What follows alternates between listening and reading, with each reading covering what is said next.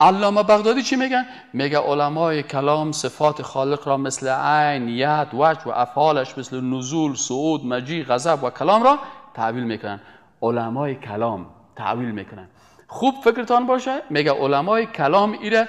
علمای کلام کدام کسا را میگن؟ کسایی که در مسائل اعتقادی چی رو داخل کردن؟ فلسفه را داخل کردن، منطق داخل کردن، قدریه شدن، جبریه شدن، معتزله شدن، گروه های مختلف شدن.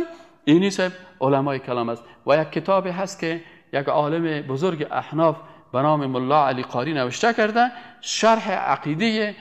شرح فقه اکبر امام ابو حنیفه رحمت الله علیه نوشته کردن.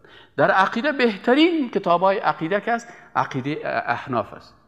لکن خود حنفی ها فقه را از امام ابو حنیفه گرفتن، باز عقیده را رفتن در دیگه گروه ها خود داخل کردن. خودشان باز میگن، بسیاری کسا را که پرسان کنین میگه من در فقه در مکتب ابو حنیفه هستم، باز عقیده ابو حنیفه را قبول ندارم، باز عقیدهش باز میره اون ماتوریدیه و اشعریه و اونها را باز رفتن میگیرن. لکن بهترین عقیده امام ابو حنیفه رحمت الله علیه هستن. یک کتاب نوشته کرده به نام فقه اکبر، و باز بهترین کتاب بعد از این چیز کتاب است که این شرح کرده به نام ملا علی قاری. ملا علی قاری به صفحات اولش کل متکلمین به 4 کتاب کافر میگه، به 4 کتاب کافر است مطلقا متکلمین، بخوانید. و باز بهترین کتاب در عقیده احناف اگر میخوای که امت عقیده بسیار خوب مطابق قرآن و سنت باشه، یک عالم است به نام ابن ابی العز حنفی کتاب نوشته کردن به نام شرح عقیده طحاویه.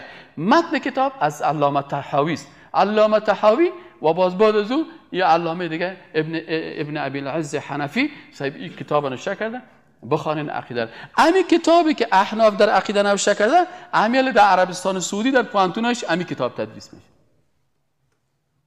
من یک روز رفتم در موجه در جامعه مدینه منوره امی کتابا در موجه خوانده میرفتن. باز ما بهشون گفتم میگن شما احناف میگین، این صاحب کتاب احناف ما در پوانتون شما. گفتن یک شیخ بسیار بزرگ بود، گفت عقیده الاحناف اصح اعتقادات موافق للقرآن و السنه. بهترین اعتقاد است و موافق به قرآن و سنت. اما متاسفانه در افغانستان کل چیز تدریس میشه به غیر از عقیده احناف.